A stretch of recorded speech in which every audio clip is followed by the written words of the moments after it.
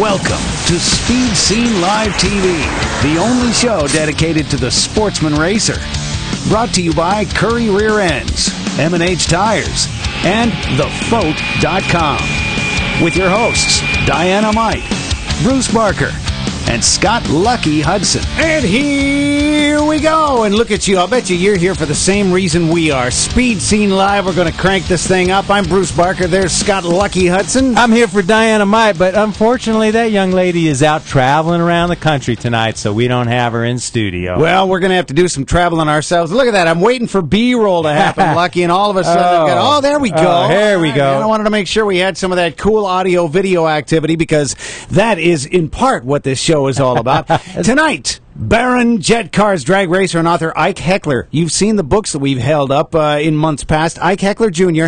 and VW racer, engine builder, and movie star Ron Fleming are going to be on the show. Now, we got some clips from a great drag racing movie made back in the 70s. I've never heard about it. I never heard of it either. I just found out about it last week. I know. And see, I haven't seen any of the clips except for some work we did to make sure that they would play properly on the screen. So it's like, man, I can't wait to see this.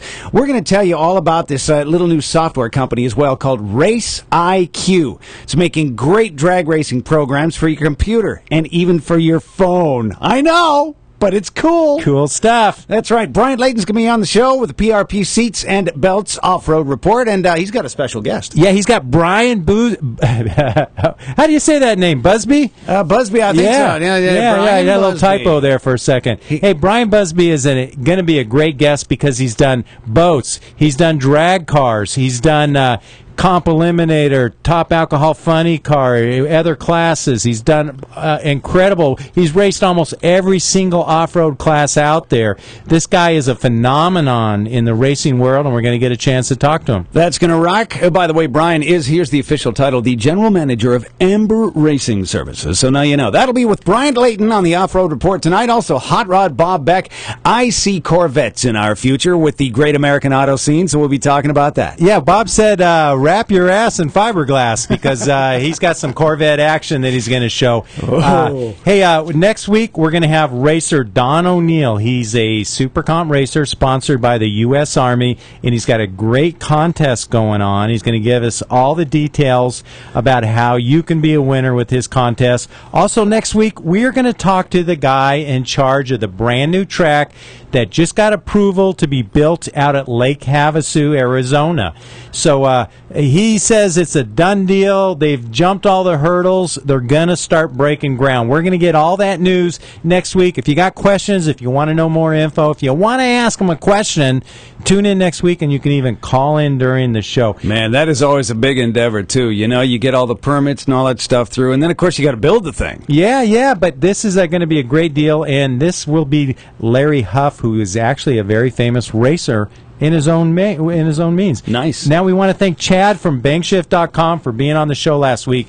He was really a great guest, and we enjoyed having him on. We hope to have him on in the near future. He's one of those guys. He's so full of stories and great stuff that I felt like it was a soda bottle that I just twisted the top off enough to let a little gas escape, and there was all this other stuff going on, and hey, man, Speed Scene Live's only an hour. What are you going to do? We could have done 6 hours with Chad, so we've got to bring him back and do more. That's right. And remember, don't forget about the petition to help save Speed World. Keep them open. Go to racespeedworld.com, and everybody on the show sign the petition. Make sure you sign it, too. We're trying to keep that track open. The NMCA West Series rolls into Pomona this August, and there's still plenty of Racer Tech cards available. So go to nmcadigital.com, sign up for the race, and we're watching some great ANRA footage right now, and this is from one of the races, and we want to thank them, and we want to thank Quarter Mile Productions for doing a great job of filming this stuff. They're going to be back at Bakersfield August 24th through the 26th, and come on out. I'm planning on coming out there and racing. Love that series. Come out and race with the happiest racers around, so join us at the ANRA. Hey, here's the Mighty Mouse. I see that with another car superimposed right there. but the Mighty Mouse has been doing great this year and last year. Nice. So, tonight, one of the stars that we're going to talk to, Ike Heckler Jr. He's well known for writing books. He's well known for, racing his car. Bruce, let's bring him on the show right now. Ike, welcome to Speed Scene Live. How you doing, Lucky and Bruce? We are doing great. Great to have you on. Of course, you are the author of 2 fantastic drag racing books, and you talk a lot about how difficult it is for racers like us to survive the economy, and you gave some great tips. I appreciate that. We've got a lot going on for 2013, and as you know, I've traded my helmet in for a keyboard for the past 2 years, but I'm happy to say that we're going to be back on the quarter mile in 2013. Nice. So what are your plans? Which events are you planning on being at? Well, the season may start off with a special appearance with Lucas Oil at the Daytona 500, believe it or not. Nice. Wow. And we're probably going to be doing some NMCA events along with some high-profile Lucas Oil sportsman events, because Lucas Oil is one of our major associate sponsors. And probably some highly attended nostalgia events, Lucky. Well, due to the economy just starting to come back, and like I say in my books, we're going to be sticking close to home in Florida. About 10 race season, maybe a couple special appearances. Well, that is part of the book series, isn't it? Making sure that, because I think I'm not getting the title exactly right, but how to survive essentially racing in the new economy is really the idea, right? That's exactly right, Bruce. Right? Yes, sir. Yeah, that's exactly right, Bruce. And what I say in my book, it's basically a new landscape out there, and I've already heard about racers that are surviving and racing in 2012. They're coming up with very innovative ideas, like trailer mates. Like 1 or 2 racers will pit out the same trailer. What I suggest, if they can do it, is get a little RV and make a little tour up there for their sponsors, but don't travel the hundreds of miles back and forth to the house if you don't have to. With your cell phones and devices and mobile, you can basically run businesses remotely. Stay at Flying J and Super Walmart and stay at the RV parks and just enjoy it out there, You bring up a great point, and you mentioned sponsors, and I'm wondering, who is it that's sponsoring you this year? Well, I'll tell you what, it's interesting how things progress. So we haven't raced for 2 years, but we promoted our sponsors via the drag racing books and our webpage, and we've been partnering with Google. We've got 70,000 hits a month on our website now. We've got a Facebook page linked to Twitter. We've got a YouTube channel. And all these social sites, guys and racers out there, are designed to help market my books, the sponsors in our events. And I'm happy to say we've got returning premier properties of the Space Coast, Lucas Oil Products, BP Racing Fuels, Wix Filters, and Ken Speed Machine Shop. And due to the type of events we're going to be running, we're going to probably get Giant Recreation rolled back. They sponsored us in 08 and 09 for a possible RV deal. The International Palms Resort, formerly Holiday Inn, who also sponsored us 8 and 9. Possibly coming back, and Toronto Realty, our realtor, wants to come back on the car and get on the trailer. Very good. So you're working it good. And what website is that people can go to and find out about you and find out about your books? It's ih-racing.com, or they can Google up Drag Racing 101 or Drag Racing 201 to help out the racers out there. We've lowered the paperback to $22.99. And the e-book's available only for $2.99, and it's available for Kindle, Nook, iPad, iPhone, tablet, any device out there. Nice. Well, it's good that you're embracing that technology, because, later tonight we're going to talk about a software program for drag racers that you can just load to your phone. And, of course, Speed Scene Live, right there on the brink of the new technology. You can watch Speed Scene Live. You can watch a live show right over your phone. So you can, if you got one of these phones, pull it up. You can watch Speed Scene Live while you're on the go. And, there's a lot of new technology that helps people like us. Yeah, and I got to give you an accolade for your website. I'm a webmaster myself, and I just saw the new site there, and it's put together very, very well, Lucky. That's really a good site right now. Well, I don't get any credit. That's all Bruce.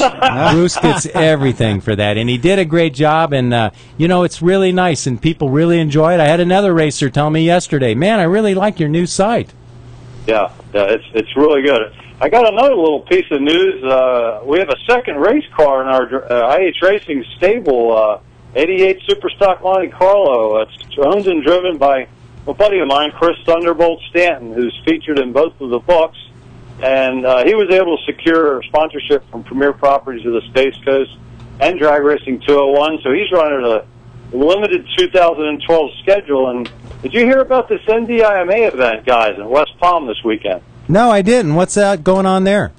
They've got a rule. It's a new sanctioning body called National Domestic Import Motorsports Association, Lucky, and we think it's going to be pretty popular with all the racers. They're pitting the fastest imports against the fastest domestics, and they're paying out over $15,000 in all the classes on Sunday.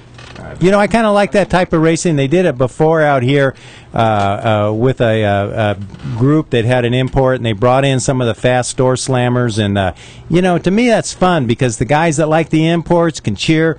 The guys that like the other cars can cheer for them. You know, it's sort of a Ford versus Chevy type thing. And, of course, me, I like all racing, but I like to see a little bit of rivalry. You know, there's a whatever that word is. You know, you got it, rivalry. Yeah, it's easy to say, isn't it? Yeah, it's easy for you to say. And, you know, sometimes that's what's a little boring about drag racing is there's not enough tension. You know, there's not enough people like fighting at each other. Yep. I think. I miss that. We got behind NDIMA in a big way, and he's getting a lot of the hits we're getting from our website. His Facebook page is building. We think the events. He wants to take it nationally when it takes off. Well, that should be great. And Ike, now of course you mentioned the books. You mentioned your website where people can go to, and what's your first race coming up, or your next race, I guess I should say. Yeah, good question. The next race actually is we're actually going to be in competition. They want to shake the rust off me, guys. They're putting me right into the Citrus Nationals at PBIR in Palm Beach this Thanksgiving. They figured, you know, no testing to, and we're going to shake the rust off you. Nice. There you go. Nice. Well, so our 600 horsepower Le Mans is going to be out there, and I've raced Pink Soul out, as you know, and I got to get back cutting lights, guys. You know, no arm drop here. Yeah, you gotta get yourself dialed in, and of course we want to thank you because you always run Speed Scene Live stickers on your car, and we really appreciate that. No problem. We've got one on the. Chris has got one on his Monte Carlo. I got one on my Le Mans, and one more note to the racers out there: how to get sponsors, but more so, I mean. Sponsors need big events, and unfortunately, with the demise of the Pink All Out series, it's really challenging out there for the grassroots racers to really get the events with the media exposure that we did have. Well, that's true. That's true. That and the nostalgia events are some great ones. Bowling Green, Kentucky, I was at just a few weeks ago. Great event, and you know, there's some good events out there. Make sure that you think about where you're going to go if you're working for sponsors. Ike, thanks for calling in. We got a lot of callers tonight, so I got to get moving, but you keep in touch, okay? I will, Lucky. I want to appreciate you for putting on your events in Kansas City and helping to bring back grassroots racing. Well, my pleasure, Ike, my pleasure. Talk to you later. Take care, guys. Bruce, let's go to a quick commercial break, and when we come back, we are going to talk to the guys from Verona. We're going to find out about their Jet Car event. We're going to find out about Jet Cars, and we're going to talk about Jet Cars International. That's a tall order, man. All right, Speed Scene Live. We'll be right back.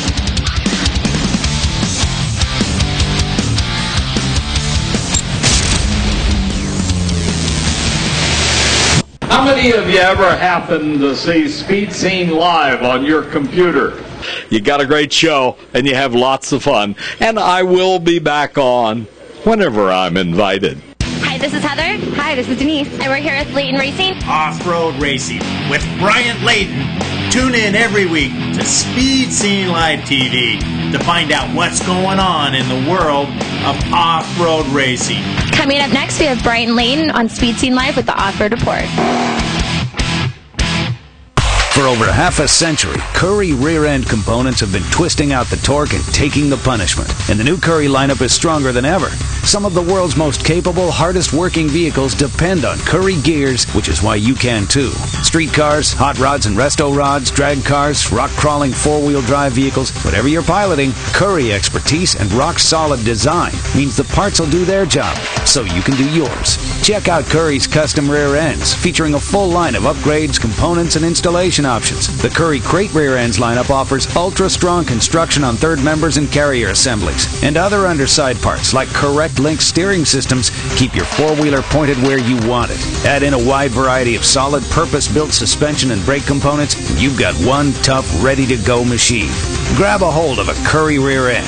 Talk to the experts at 714-367-2679 or view the complete line online at curryenterprises.com.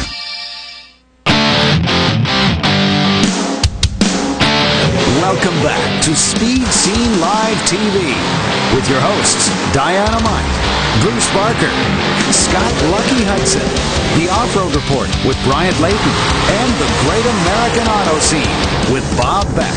Welcome back to the show. Lucky here. Bruce back there taking care of all the controls. I want to mention that the World Foot Brake Challenge will be streamed at MotorManiaTV.com. Starts Friday at 9 a.m., goes all weekend. So tune in for that. MotorManiaTV.com.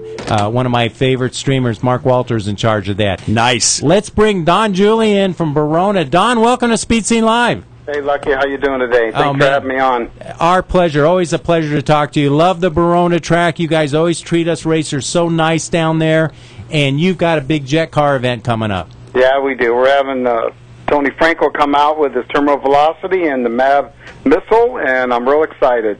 We had him out last December. He did a charity race for us, and the crowd just loved it, and they wanted more, so we're bringing them out July 14th. It's going to be a night race. It's going to be a lot of fun. So the night race, you're going to be able to see the flames and see everything as they go down the track. Oh, yeah, and they're going to be side-by-side, 200 miles an hour plus. So that's going to be real exciting. Plus, it's 8th mile, and it's real close, and fans will really be able to feel the heat. Well, let's bring Tony on now. Tony, welcome to Speed Scene Live. How you guys doing? We are doing great. You know, we've got some footage of your jet car. What's the name of your jet car again? The Terminal Velocity and the MTV Missile.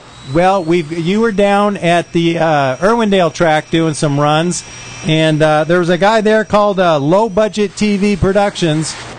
Did some great onboard camera stuff, put a camera on the track, and man, you really feel the excitement of driving that car. Absolutely. Yeah, it's a blast. Now, tell us a little bit about your car and your event that's coming up at Verona. Well, it's an exhibition car. It's a jet dragster. It's got a jet motor, Pratt Whitney, equivalent to about 8,000 horsepower, and it just goes fast. Man, especially in an 8th mile, as we watch this video, Tony, that end comes up awful fast, man. Yeah. There's no room for mistakes. It's all mistakes. Hey, isn't a Pratt & Whitney engine, that's the same they put in jet aircraft, right? I mean, that's basically what it's made for? Correct. Yeah. Actually, these motors are still being used on the Sky Crane helicopters. Oh, is that right? Yeah, those big Sikorskis. Correct. Man, that is a terrifying machine. I don't know how you get in it. You just do it. You just go, right? Pedal to the metal. Boom. Just put a price on. It looks like the camera's inside your cockpit on this run. I see the curvature of the windshield, and I see you kind of bringing it up, and you, what do you call that when you do that? Boom, boom, boom. That's just loading up the pipe. We load the pipe, and then we light it. It's kind of like the old style, back in the 50s. People would turn the gas off and pump the gas and turn it back on, and light the gas that's in the pipe. We pretty much do this thing. It's just all timing. So is that it's a crowd pleaser more than anything, right? That's exactly what it is. Oh, just for the crowd. But it looks so cool. Yeah, it's all show. Now, do you consider yourself a race car driver or a showman? What category comes first? Besides crazy, I would say both. Jeez. Now, you're going to be racing Chad in his race car. Oh, no, I'm sorry, Kurt in his race car. How do you feel about that?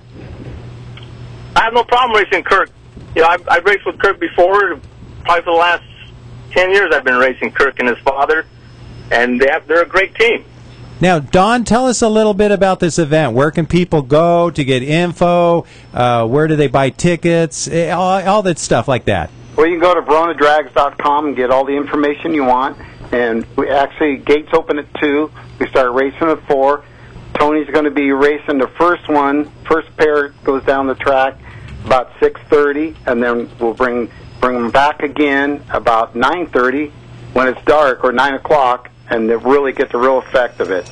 It's going to be a lot of fun. Now, these are the Jet Car Nationals, July 14th, and what do you have besides Jet Cars? Are there other race we're cars? Bringing a wheelie truck out there. Oh, cool. I like that. Yeah, we're Tim Scott. He's got a wheelie S10. He was out at the track about a month ago doing some practices with it, so I think he's ready. So he'll be out there doing that, and just we're running the Super Street guys out there also, and then our regular Renegade race. So it'll be a fun night. That's right. I got the email from the SoCal Super Street Association, and they're running a race Saturday night, so that's nice. Going to be some fun race cars out there. Going to be a lot of people coming out to watch the Jet Cars, and of course, Verona Drag Strip, a great facility. I always tell people, go a few hours early and stop at the casino, and they got a great restaurant there. You can have really good lunch before you hit the track, and maybe even gamble a little bit. Yeah, it's a lot of fun. Time in Southern California, we've had 2 Jet Cars actually go down the track side by side, 200 miles an hour. So I was up there in Bakersfield when Tony and his kid ran up there, and it was pretty exciting. That's where I saw you at Bakersfield. Exactly right. Now, Tony, who's sponsoring your cars? Who's involved with your cars? Our main sponsor is my wife. Does she know? Most of the time she knows. But no, we got Lucas Oil, and MAV TV is actually behind us 100% on all our events now. So you put your wife in front of Lucas Oil and MAV TV? Well, I have to. You better. You're a smart man. You're playing it safe, you know. Oh, honey, you're you know, hey. Yeah, but when Lucas calls me, you know, it's the other way. Yeah. Now, are there any channels on MAV TV where we can watch your Jet Car run? You know, there are channels, but I don't think we have the channels here just yet. I know we're promoting it and we're pushing it. And I would say in probably the next 6 months, you know, MAV TV is just going to open up big time out here in the Southern California area. Well, I hope so. You know, and I'd love to watch some drag racing footage on MAV TV, too. So I think it'd be great to have your car on there, show you guys racing at Verona. Now, I got this one clip here of you racing in Mazatlan? Mazatlan, yes. You went down to Mexico with that car, huh? Shoot, yeah. I mean, where can you go fishing and racing at the same day? How about that? Hey, you can't say shit, yeah, on TV. That's you can't say that. That's Man, look at this. So I would assume you're just transporting the terminal velocity in just a very, very long trailer, Tony. Yes. Yeah, we have a 53-foot champion trailer. Actually, both cars up on top. Nice. Now, how are the crowds? I'm looking at the stands. It's packed. Everybody's standing up. They look like they're really excited to watch you guys run. Yeah, actually they are. The crowd is just unbelievable, especially for the first-timers that just can't believe that we do something like this. They're just totally pleased. And everybody treated you guys well. It looks like you totally treated the other car. Oh, yeah. People treat us, you know. The other car is just, you know, whoever wins, wins, as long as we're all careful. Well, it sounds great. Want to thank you guys for calling in. It's going to be a great show. That's this Saturday. And, Don, give me that website one more time. VeronaDrags.com, and gates open at 2. We start racing at 4. We'll have them on at 6 o'clock, and it'll be a lot of fun. And people can go into the pits and meet the drivers and talk to the Jet Car drivers before they run? Yes, they can. Nice. That sounds like a great deal. You guys, thanks so much for calling in to Speed Scene Live. All right, thank you, and thanks again for calling in, Tony. Thank you, Tony. Okay, bye. Talk to you guys later. Man, Bruce, that sounds like a great event. And I can't believe these runs these guys are doing side by side. You know, Don is right. I can't say I've seen that any time recently. Look at when they light those things up, man. A lot of times you just get the one car making exhibition runs, but it is fun to see them actual race. And, well, racing is usually involved two vehicles, so yeah. you'd like to see a winner and a loser. God, that's unbelievable, man. Great time. And that's cool. They went down to Mexico, Mazatlan, one of my favorite locations to spend a weekend, and it's great that the people treated them good. Now, somebody that treats us good every week, each and every week, is Hot Rod Bob Beck with his Great American Auto Scene. And, Bob, you've been hanging out with the Corvette crowd. Ever since you got that Corvette, you've been Corvette crazy. You bet. You know, I've got fiberglass in my veins. It's moved the gas out of the way, and, you know, so it's filling things up here. Well, tell us a little bit about where you were recently. Well, recently I got to go to the National Corvette Society or Restorers Society convention down in San Diego. 4 big days of Corvettes, and you see the best of the restored Corvettes.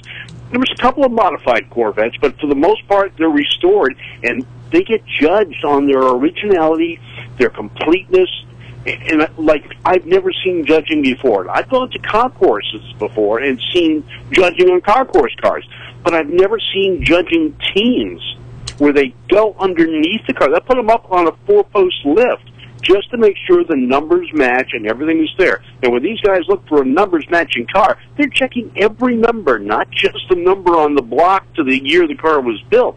They're checking transmissions. They're checking differentials. They are making sure every nut and bolt is in the right place. And that doesn't mean, actually, like you see at a concourse where every bolt has to be turned in the right direction, because that's not the way the cars were built. Right. These guys are checking to make sure the car is as it was built. As a matter of fact, some of the leading cars are not the restored cars. They're the pristine originals.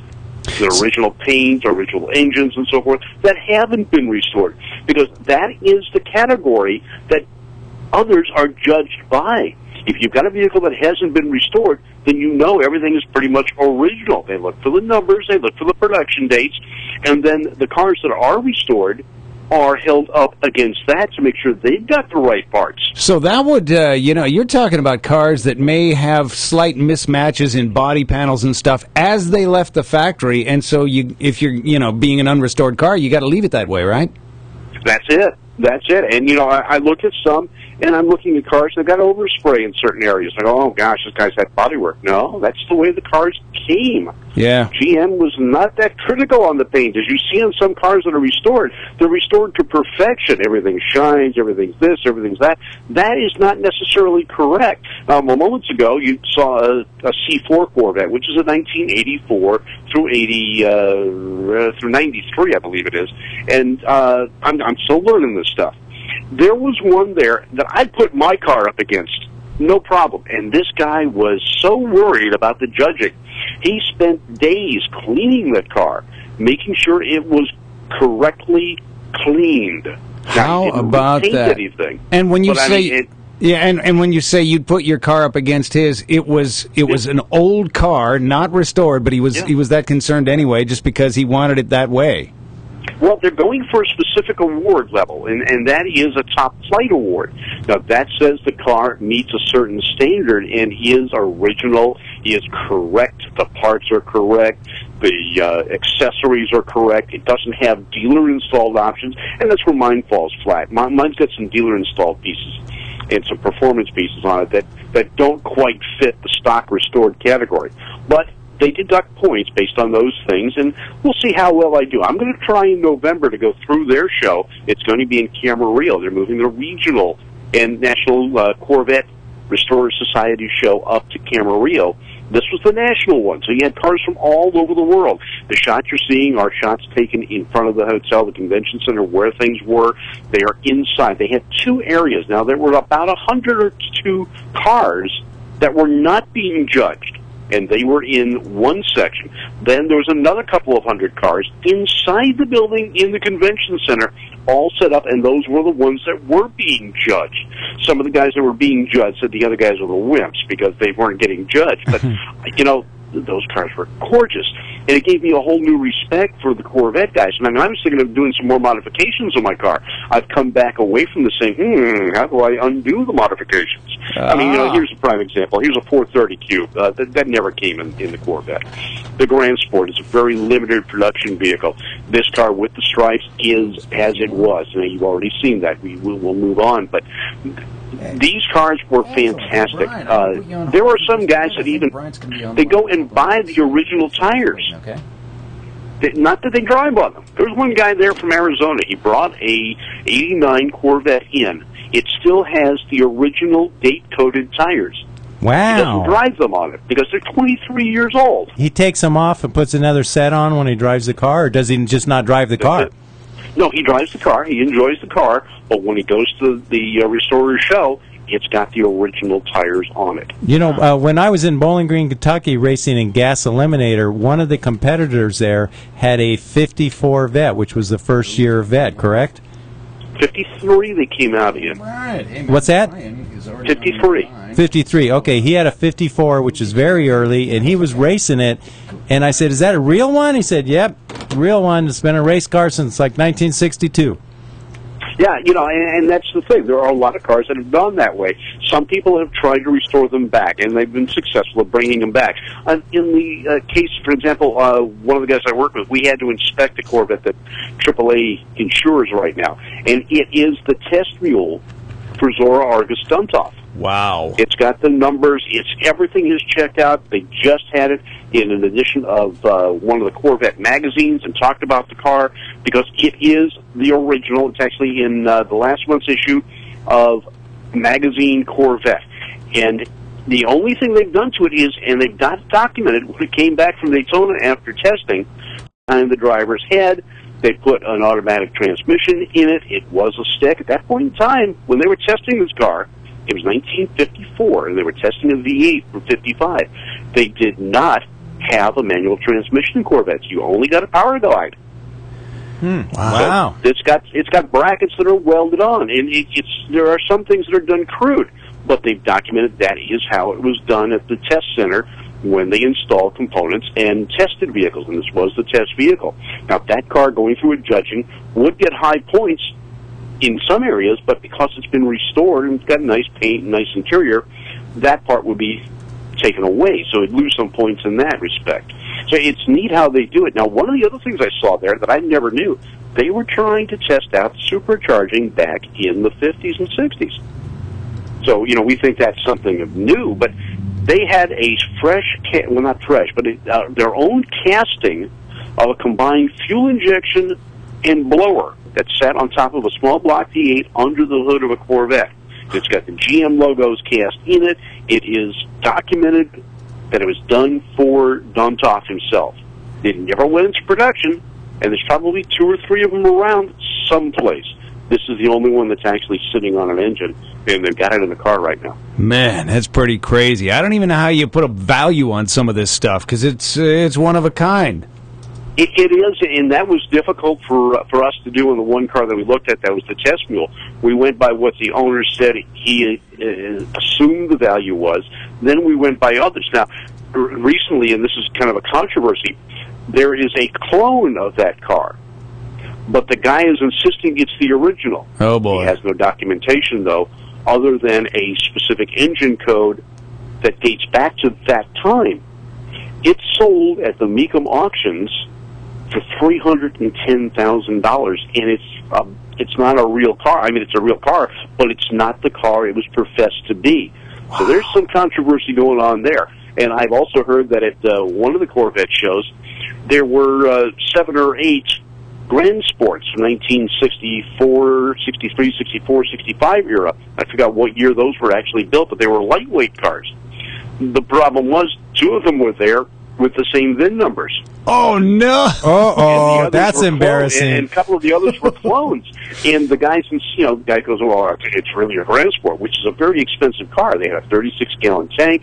They were ultra lightweight. They were built to go up against the Cobras.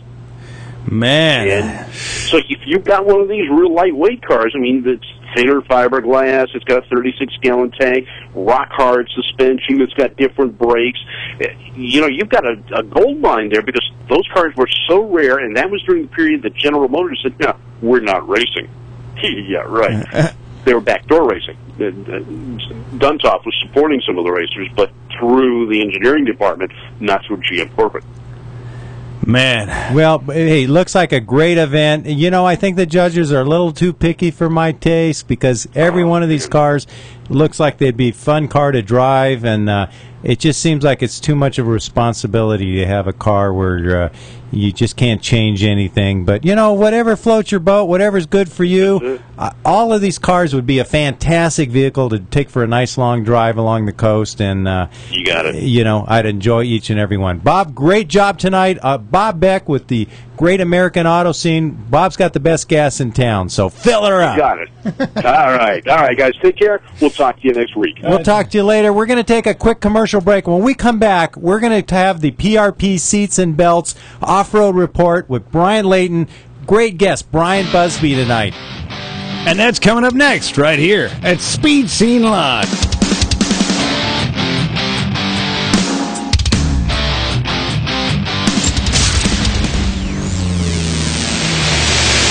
Hi, this is Heather. Hi, this is Denise. And we're here with Layton Racing. Off-road racing with Brian Layton.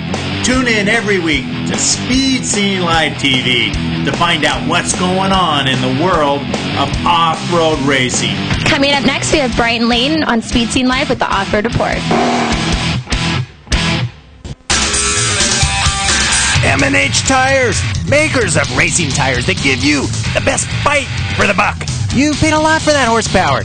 Make sure you use it all. M&H Tires has the best compounds available for maximum traction. Go to mandhtires.com. That's mandhtires.com. Buy direct and save at the website and mention the Speed Scene for a 5% discount. That's right, mandhtires.com. Call them at 661-324-4773. M&H Tires has tech guys ready to answer your questions or to recommend the best tire for you. Slicks or DOT. M&H Tires has it all. M&H were the first to create racing tires for muscle cars and also the first to create racing tires for sport compact cars. Legendary M&H Tires. Shop online. Mention the Speed Scene and save 5%. Get the best racing tires, great personal service, and save 5%. Go to mandhtires.com or call them at 661-324-4773. mandhtires.com.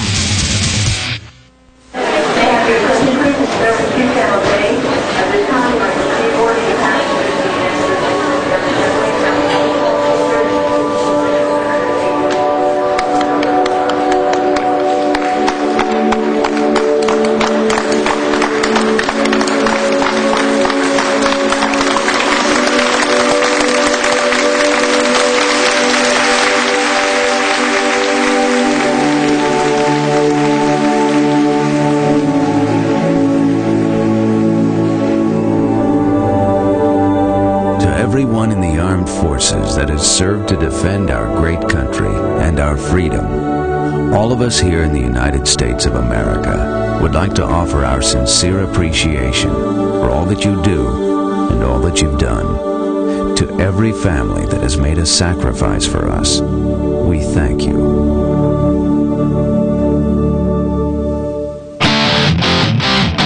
Welcome back to Speed Scene Live TV with your hosts, Diana-Mite, Bruce Barker, Scott Lucky Hudson, the Off-Road Report with Brian Layton, and the Great American Auto Scene with Bob Beck.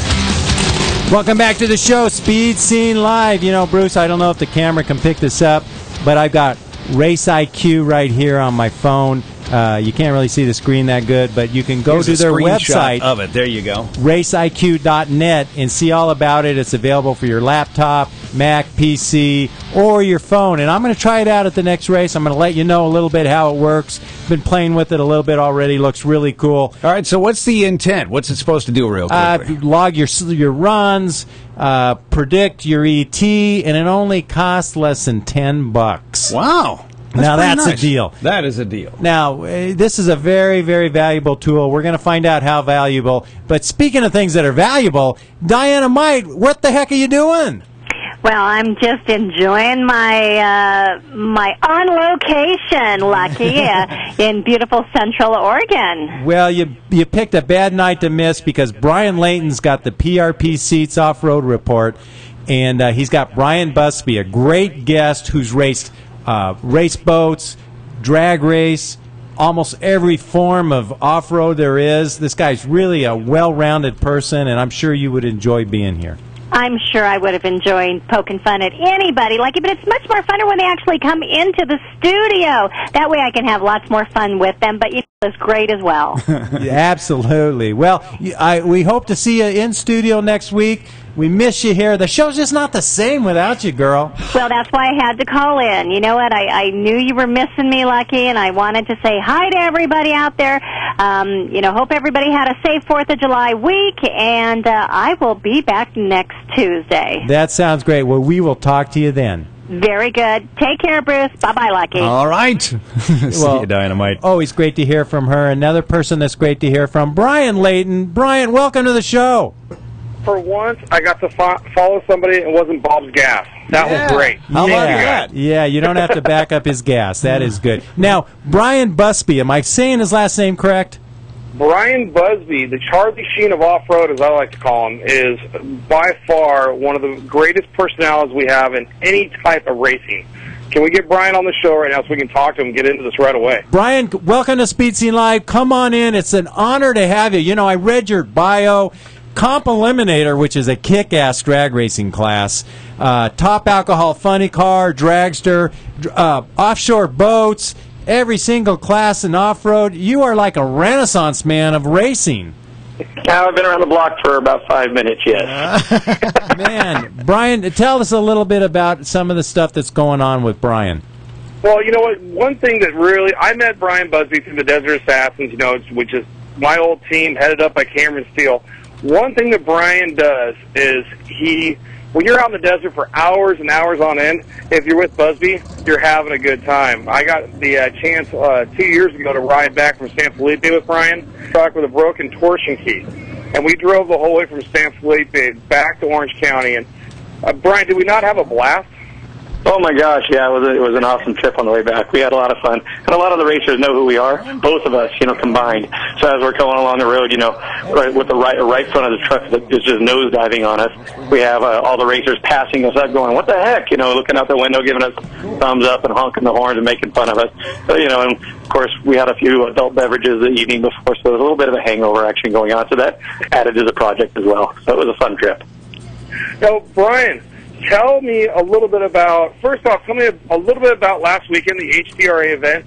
Tell me about what you thought of the new HDRA Fireworks 500 that Roger Norman put on. Let me tell you, HDRA has done a phenomenal job coming on the scene. It's a new racing organization that, started up here at the beginning of the year.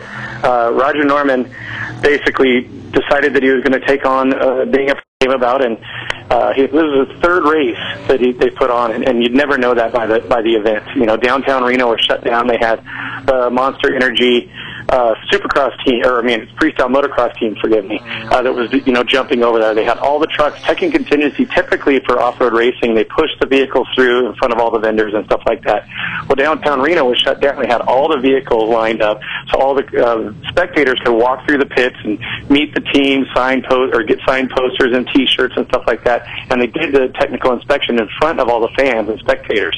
So it was kind of a different approach, out of the box, they was thinking, and then you got down to the course, and they brought all that down to the course. They had, all the food and the freestyle show, and they had the big Monster VIP hospitality area, with the DJ and the Monster Girls and stuff like that. And then it was up on a hill, and Roger Norman actually took an old minor league baseball team stadium and tore it down and actually put up the seats and the lights from the stadium that they were going to get rid of. He actually did it so you could light it up at nighttime, so that as the race, it was an 18-hour race, they did that. You could actually watch the race all the way from 10 o'clock in the morning until 4 a.m. Wow. It was really well put together.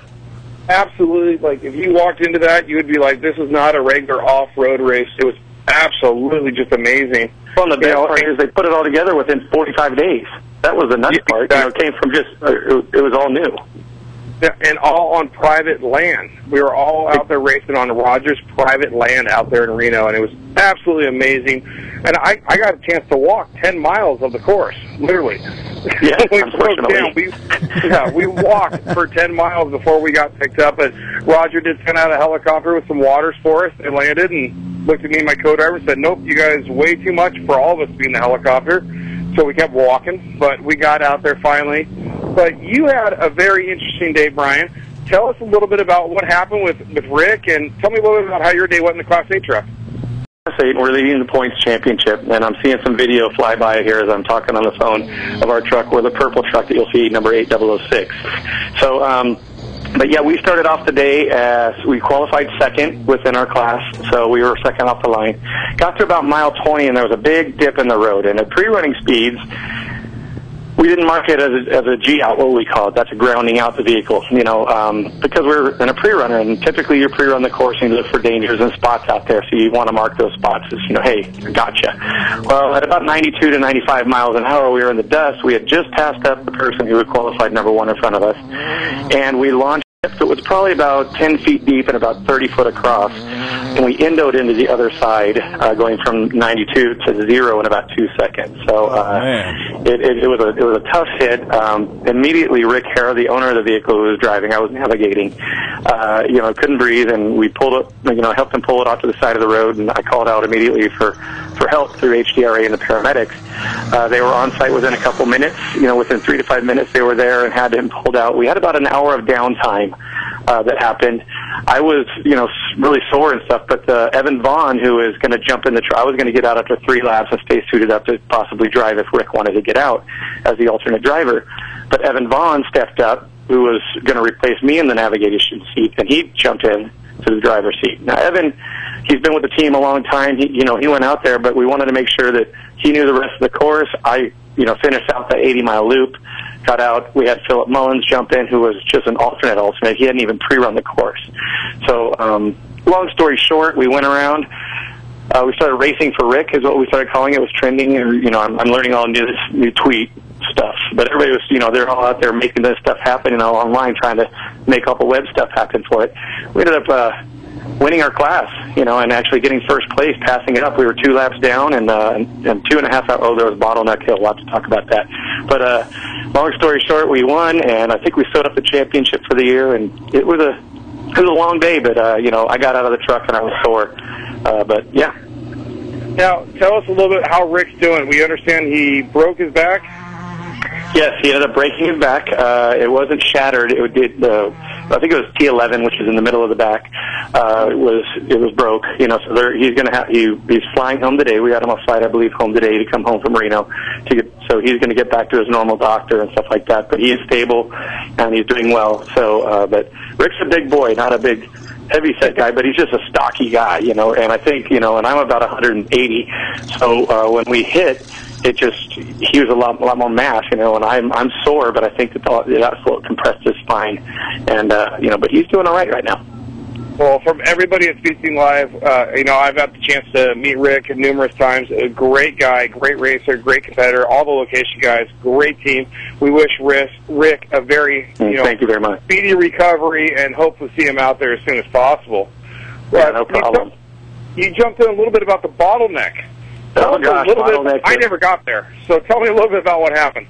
Well, Bottleneck Hill, the race course, like we said, was built within 45 days. They started from scratch, and there was a lot of brand new course, never been out there. There was some fire roads and stuff that we hit, but they took some D9 dozers out there and just started cutting, trails and said, you want tough racing, you want good off-road racing. Roger Norman brought it to the table. So, and as he did that, he went out there and he had this one hill, and we got to this bottleneck, and even you mentioned Cameron Steele. They they were the overall leaders in the race. They ended up having to be turned around and go back. Well, we were the last ones to make it up this bottleneck hill before they diverted it around. It went up, it was probably about a quarter mile, and it made a right, and then about a 45 to the left, and then a 90 to the left. The problem is, and a lot of you people that don't off-road race, there's a stuff called silt, and silt is kind of like baby powder. Well, this hill, because it's so dry and arid out in the desert out there, it just doesn't, there's a hard pack of crust on top for about 3 inches, but below that it just turns into this baby powder, and as these trucks go over it, it just gets knee deep in this silty powder. And that's exactly what was happening. We had a bottleneck of probably about 30 to 35 cars. Well, us being, racers, and I've done this for quite a bit, I, navigated. I told Evan, hey, go around all those guys, where we lined up, and there are all these people in a line. I'm like, screw this.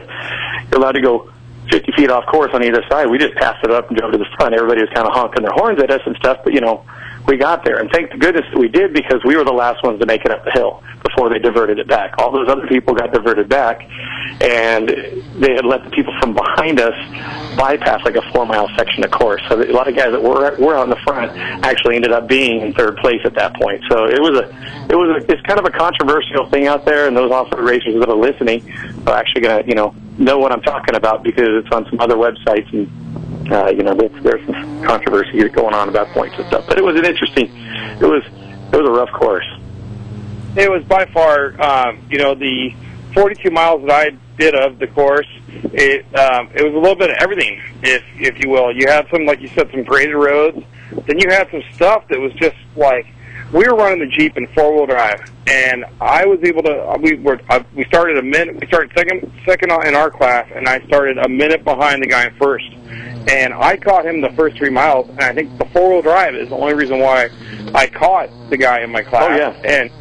And after that, I'm going up, and I'm at mile marker 8 or so, and next thing you know, I can't get around this Baja bug. I got to push him up the hill, where we dented our bumper and bent in his back end and everything like that. And he, what's funny is we stopped because we got to another bottleneck, and we stopped, and I got out. I'm like, sorry about your bumper, and the driver got out and gave me a high five and said, thanks for getting me up that. There's no way. And that's what it was. It was racers helping racers. I mean, it got to the point, and that's originally where it started back in the day with off-road, was that we had, in Baja, when you're racing down there, we have a game that we can play, and I'm not allowed to say the word, otherwise I got to do 10 push-ups, but nothing belongs to you. And you can't just leave a guy out there in the desert. So when you're going up a hill like that, I can't pass you, or if you're stuck, I got to get you unstuck, so to get around you to help out. So that's when you look at all these other things, and you can talk about it because you're not DA, but that stuff that happens out there, there's nothing that's yours, so you have to really think about bringing it to the table and helping these guys get through. And that's exactly what this race was, because it wasn't a horsepower race. It was a technical race. It needed to be raced with the other teams, and sometimes you got to help out your main competition. The word Brian can't say, and I can think of XDA, is the word me. That makes you do push-ups. No. It's the 4-letter version of that. I could say me all day long. Oh, mine. Nothing. Yeah, that's it. Now you remember. What's funny is when we were walking, how many competitors stopped and said, hey, we're going to radio for you and everything like that. And, Brandon Arthur turned around and he stopped. He gave us all the waters he had. He gave us all the food he had. And he said, you guys are crazy. And we just looked at, me and my co-driver Bill Davis looked at each other and said, we're not spending the night out here. Right. And that's it. We're going to keep walking. Well, and that's what you have to do when you're out there in the desert. You see somebody. I don't care if I'm in first place. I'm going to slow down and get a thumbs up from those guys. If I don't, it's not worth a $30 plaque at the end of the day and a purse. You can't just leave somebody hanging out there. You got to stop and, hey, are you guys good? Yeah, okay, now I can go. And typically they know who's leading the class, and they'll wave you on, and they'll get the second or third guy and slow down your competition, which is awesome. So yeah. Oh, we had many guys who were in the hunt that would come down and give us a thumbs up, thumbs down, and I'm like, you're winning, go, thumbs up. We're still go, exactly. Well, Brian, tell us a little bit about what you do for a living too. It's involved with drag race, boat racing, everything. Well, yeah, it's kind of funny. It's easy for me to be and do all this other stuff because I'm the general manager of Amber Racing Services. We're the premier on-site race fuel company for all the racing venues out there. So we're the largest VP distributor in the Southwest United States. We own FNL Race Fuels. So I'm listening to earlier on the show, listening about Verona and Famoso and the other tracks that are out there that you guys are running. So it's interesting to me because I know the guys and we sell the fuel to those vendors that actually go out there, the VP Racing fuel and so on. So and we also do NHRA, offshore boat racing, off-road racing, supercross, freestyle motocross. So there's a lot of stuff that I'm involved in as far as that goes. So, but yes, we do race fuel. Okay, now Brian, where is the next place we're going to see you? Because you're jumping around. You're like the kind of Class 8 navigator for all the big guys. Tell us a little bit about the rest of the year, what you're doing. Rest of the year, I'm going to be racing. Well, we're obviously doing Class 8 which is a full-size truck, unlimited engine, transmission, suspension. In HDRA, which is High Desert Racing Association, I'm also racing with McRae Glass over in Class 8 for the Best in the Desert Association. So that's going to be coming up. Vegas to Reno is going to be the next one. We have the Catalina Offshore Ski Race, which is coming up here next weekend. This weekend is Baja Beach Bash, which has to deal with Cameron Steele and about 60 dirt bikers that are leaving Ensenada on a 3-day deal. It's a bunch of industry guys, everybody from like a Jeremy McGrath to Cameron Steele. We're taking all those guys down just to have a bunch of fun down in Mexico and race dirt bikes. So there's a lot of stuff coming up here, and then we move back into off-road, like I said, with Vegas to Reno coming up. Well, Brian, any chance we get you to come down and be a guest live in studio sometime? Hey, you just let me know when and where, and I'm going to be there. You come on up to Hollywood, California, and come on up and have a good time on Speed Scene Live. I think we do need Busby in studio, and you know what? I keep saying I'm going to get there soon. I'm going to get there soon. But you lie all the time. I'm going to get there even sooner now. Okay? Yeah. I'm based out of Irvine, so I can make it up anytime. And you get Bryant and I together. Let me tell you, it's a party waiting to happen. I'm just saying. Okay, we'll bring the margaritas. Brian, both you guys, thanks a lot. We got to get going. I got one more guest before the show runs out, but you guys have done a great job. Real quick, shout-out. Once again, though, that course was so rough, and our PRP belts kept me and my co-driver, Bill Davis, nice and snug. No bruises, nothing like that, and we had a lot of hard hits. Thank you very much for PRP to be sponsoring the Off-Road Report, and we'll see you guys next week. Thanks a lot. Talk to both of you guys soon. All right, bye-bye. All righty. Well, Bruce, we just got a little bit of time, and there's always time for some great Volkswagen racing. And with that, we're going to bring one of the best racers out there, Ron Fleming. Welcome to Speed Scene Live. Welcome back. Hello, Lucky. Hey, hi, Diana-mite. How y'all doing? Well, Diana-mite's not here tonight. She's out running around, fooling around. That young lady you see walking across the screen, that's not Diana-mite. That's a girl that starred in that drag racing movie you were in. That's right. I kind of got to be a fill-in in the backdrop, but luckily the car was running good, and we kind of showed the way to that. It looked like a 442 Oldsmobile. Well, let's bring the audio up for a second, Bruce, and let's listen to the movie. What I expect you to do, I expect you to shut it down, that's what. Cool, Ron. That's cool. I mean, it'll be better next time. Next time, you'll be watching somebody else take a ride. Get your stuff and get out of here. You're through. Man, that's some pretty dramatic stuff. I can't believe they didn't win an Oscar for that. I know. Now coming up is the best part, because this is some footage. It looks like it's Irwindale. Is it Irwindale, Ron? It is the old Irwindale when it was quarter mile before they built a brewery. And there you are right there, pulling wheelies all the way down the track and kicking butt on a V8 Oldsmobile? Nice. Yeah, we had some fun. Man, pulling wheelies in second gear in that car, huh, Ron? Yeah, car was working good. You did a great job in that movie, but really we brought you on the show to talk about the event coming up, Hot VWs. Tell us about that. Well, yeah, this Sunday, the gates open at 7 a.m. at the Irwindale Raceway, which we're so happy is up and running again on a regular basis, is the Pierside Park Hot VWs Drag Day.